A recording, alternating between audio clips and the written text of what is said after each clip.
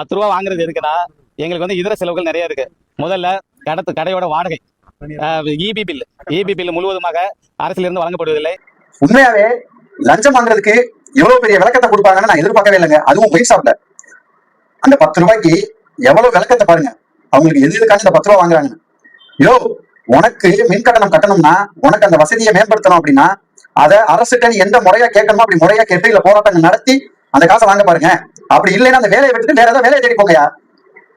பாவம், அந்த 10 ரூபா அந்த 5 ரூபாய்க்காண்டி நீங்க பாத்தீங்கன்னா மதுபான கடைகள்ல, டாஸ்மாக் வாசல்ல பிச்சைக்காரங்களா நிப்பாங்க நிறைய பேர்.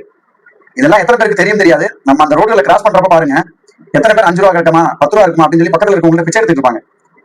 இவங்களுக்கு கொடுக்கறதுக்கு அந்த எக்ஸ்ட்ரா கொடுக்குற 5 ரூபா 10 ரூபாய்க்கு அவங்க பிச்சை எடுத்து இவங்களுக்கு லஞ்சம் கொடுக்கணும்னு என்ன அவசியம்? அதனாலதான் சொல்றேன், நீங்க குடியை விட்டு தொலைஞ்சிட்டீங்கன்னா எல்லாரும் ஒருத்தர் இவங்கள்ட்ட போய் இவ்வளவு திட்டு வாங்க வேண்டிய அவசியமோ இல்ல இவங்களுக்காண்டி நம்ம போய் வெளியில 10 ரூபா 5 ரூபா பிச்சை எடுக்க வேண்டிய அவசியமோ கிடையாதுங்க. அதே மாதிரி எனக்கு இன்னொரு சந்தேகம், இப்ப பெரிய சந்தேகம் என்ன வளர்த்துருக்குன்னா, போன ஆட்சியில இவங்க எதுக்கு இந்த விளக்கத்தை எல்லாம் கொடுக்கல? ஏன் கொடுக்கல அப்படின்னா அவங்களே இதை தடுக்கல.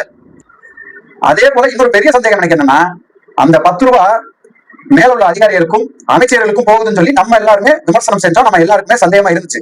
ஆனா எனக்கு இப்ப என்ன சந்தேகம்னா, அவங்களுக்கு எல்லாருக்கும் போகுதாங்கிறது தான் சந்தேகம். ஏன்னா அவங்களுக்கு போயிருந்தா இவங்க வந்து விளக்கம் கொடுக்க வேண்டிய அவசியமே கிடையாதுல்ல. அப்ப ஏன் இவங்க வந்து விளக்கம் கொடுக்குறாங்க? மது விற்பனையில 10 ரூபா ஒரு பாட்டிலுக்கு லஞ்சம் வாங்கி அதுக்கு விளக்கம் கொடுக்க வந்திருக்காங்க பாருங்க. நம்ம நாடு வேற லெவல்ல போயிட்டு இருக்குங்க.